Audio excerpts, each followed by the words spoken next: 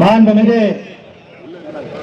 அனைத்து இந்திய அண்ணா திராவிட முன்னேற்ற கழகத்துடைய நிறுவன தலைவர் புரட்சி தலைவர் எம்ஜிஆர் அவருடைய அருளாசியுடன் 6ஆம் தேதி அமைச்சராக பதவி இருக்க போகிறார்.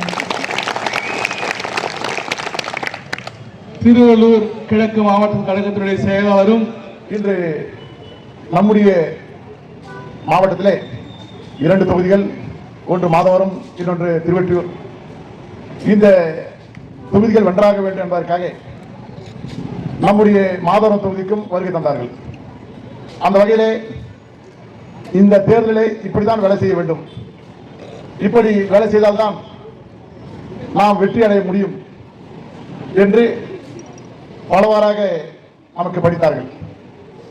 அந்த வகையில்தான் இன்று தேர்தல் அறிவித்த நாளாக இருக்கின்ற இன்று அவருடைய ஆணையின்படி இன்று நாம் அத்துணை 521 பூத்துகளுடைய செயலாளர்களை கொண்டும் அந்த பூத்துகளை நிர்வகிக்கின்ற பொறுப்பாளர்களை கொண்டும் இந்த சிறப்பான எழுச்சியான இந்த நிகழ்ச்சியை நாம் செயல்வர்கள் வீராங்கனைகளுடைய கூட்டம் நாம் நடத்தி கொண்டிருக்கின்றோம். அந்த வகையிலே நானும் இதோடு இது வருகின்ற தேர்தலோடு 3வது தேர்தலிலே சட்டமன்ற வேட்பாளராக நிறுத்தப்பட்டிருக்கின்றேன். நாமும் தேர்தலை சந்தித்திருக்கின்றோம்.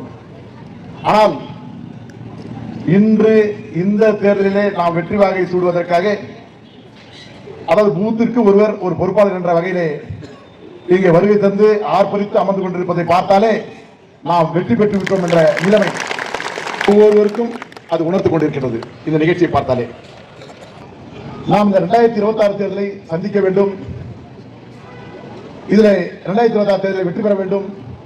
கடந்த தேர்தலிலே நாம் வெற்றி வாய்ப்பை இழந்தோம் என்பதற்காக இந்த தேர்தலை வெற்றி பெற வேண்டும் என்பதற்காக நாம் பல மாதங்களாக இங்கு இருக்கின்ற அத்துணை பேரும், ஒன்றிய கழக செயலாளர் முதல் கொண்டு, பகுதி கழக செயலாளர் முதல் கொண்டு, கிளை செயலாளர் வரை இங்கே கிட்டத்தட்ட ஒரு 6 மாத காலமாக 8 மாத காலமாக இந்த தேர்தல் பணியை நம்முடைய பொதுச் செயலாளருடைய ஆணைப்படி நாம் செய்து கொண்டிருக்கின்றோம். நம்ம எல்லாம் பூத் கமிட்டி அமைக்க ஆணையிட்டார்கள், அமைத்தோம். பிறகு அவர்களை குரூப்போடு சொன்னார்கள், செய்தோம். பிறகு அந்த செயலாளர்களை அழைத்து அந்த நிர்வாகிகளை கூட்டம் போட சொன்னார்கள், செய்தோம். அதற்கு பின்னால் நிர்வாகிகளை கொண்டு தேர்ந்தெடுக்கப்பட்ட அந்த பூத் கமிட்டி செயலாளர்களுக்கு அவர்களுக்கு மரியாதை செலுத்தும் விதமாக அந்த 9 பேருக்கும் அவர்கள் இல்லங்களில் சென்று சால்வை அணிவித்தோம். அதற்கு பின்னால் ஒவ்வொரு வட்டமாக, ஒரு ஒன்றியமாக, ஊராட்சி வாரியாக அந்த பூத் கமிட்டியில் இருக்கின்ற அனைத்து உறுப்பினர் சிறப்பிக்கும் விதமாக, உற்சாகப்படுத்துகின்ற விதமாக அவர்களுக்கு ஒரு மண்டபம் எடுத்து அதில் அவருக்கு ஒரு கிஃப்டை கொடுத்து உற்சாகப்படுத்தி இந்த தேர்தலை நாம் வெற்றி பெற வேண்டும் என்று நாம் அங்கே அவர்களுக்கு எடுத்து வைத்தோம். இப்படி ஒன்றன் பின் ஒன்றாக இந்த 3 மாதங்களாக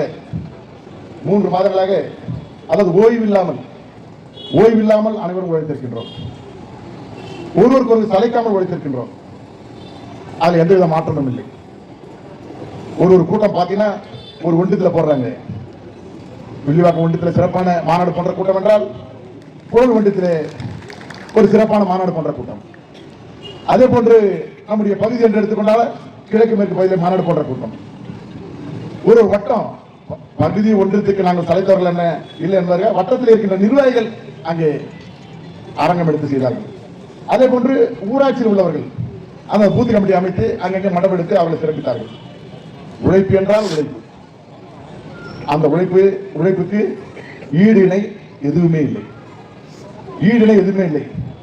அதற்கு ஈடாக தர வேண்டும் என்றால் மக்கள் நமக்கு தருகின்ற பரிசு வெற்றி பரிசு. அந்த உழைப்புக்கு வெற்றி பரிசு நாம் பெற்றாக வேண்டும். அதற்காக தான் இந்த உழைப்பு. ஏதோ நாம் வந்தோம், கூட்டம் போட்டோம், இந்த உறுப்பினர்களை நாம் உற்சாகப்படுத்தணும் என்று இல்லாமல் நம்முடைய லட்சியம் வேறு, நம்முடைய கொள்கை வேறு. லட்சியம் என்றால் என்ன, கொள்கை என்றால் என்ன? இந்த தொகுதி நாம் வெற்றி பெற வேண்டும். நாம் அம்மாவுடைய ஆட்சியை அண்ணன் எடப்பாடி தலைமையை கொண்டு வர வேண்டும். இது நம்முடைய லட்சியம், கொள்கை. இதற்கு மேலானது என்னன்னா, யார் இல்லைனாலும் மாதவரம் தொகுதி, யார் இல்லைனாலும் மாதவரம் தொகுதி அதிமுகவிலே கோட்டை என்று நிரூபிக்க வேண்டும் என்ற அந்த லட்சிய கொள்கையோடு ஒவ்வொருவரும் உழைத்து வருகின்றோம். இங்கே மரியாதைக்குரிய அன்பு சகோதரர் இன்பராஜ் அவர்கள் ரொம்ப அழகா பேசினார். உண்மையிலே பாராட்டப்படக்கூடிய விஷயம். அவர் பேசின பிறகு பாத்தீங்கன்னா, நானே என்னுடைய வேலையில தொய்வாயிட்டணும்னு தெரியல. நானே இப்போ யோசித்து வேலை செய்யறேன். நைட்ல போய் படுத்தா நாளைக்கு என்ன பண்ணலாம், என்ன மாதிரி பண்ணா நம்ம வெற்றி அடைவோம், நம்ம யோசித்து ஒரு திட்டமா கொண்டு வருவேன். ஆனா நம்ம இன்பராஜ் பேசணும்னு பார்த்தா நானே கொஞ்சம் தொய்வா வேலை செய்யும் போல தெரியும். ஏன்னா அவர் சொல்லிட்டாரு, இன்னும் வேகமா போனோம், இன்னும் கீழே போய் வேலை செய்யணும், வெற்றியை பெறணும், நம்ம லட்சியம் அது. அதை விட இன்னொன்னு சொன்னார். உண்மையிலே பாராட்டப்படக்கூடிய விஷயம். இங்க ஒரு மூர்த்தி கிடையாது, இங்க இருக்கிற 1200 பேர் மூர்த்தி தான். 1200 பேர் மூர்த்தி தான். அங்க உட்கார கை தட்டலாம், போராசினால உட்காராதீங்க, கொஞ்சம் சிரிச்சினே எடுத்துப்பாங்க நிகழ்ச்சியை, ஒரு சந்தோஷமா எடுத்துன்னு போங்க. உங்களை யாரும் அடைச்சிட்டாங்களா, யாரும் அடைச்சு ரொம்ப வற்புறுத்தி கூட்ட மாட்டோமா? இல்ல ஒரு கை தட்டுங்க. இது எவ்வளவு கலையா இருக்குது, இது எவ்வளவு கலையா. அதை விட்டு மம்மிதா கேட்டுதா, அவர் பாட்டு பேசினாரு, கேட்டுனாங்க. சுலபம் சொல்ல மாட்டாங்க, அவர் பாட்டு பேசினாரு, நீ பாட்டு கேட்டுனாங்க. இன்னும் அந்த உணர்வு வரல பாருமா, சுலபம் சொல்ல மாட்டாங்களா? அதனால உணர்வு நமக்கு இருக்குதா இல்லையா? இருக்குது, உணர்வு இருக்குது.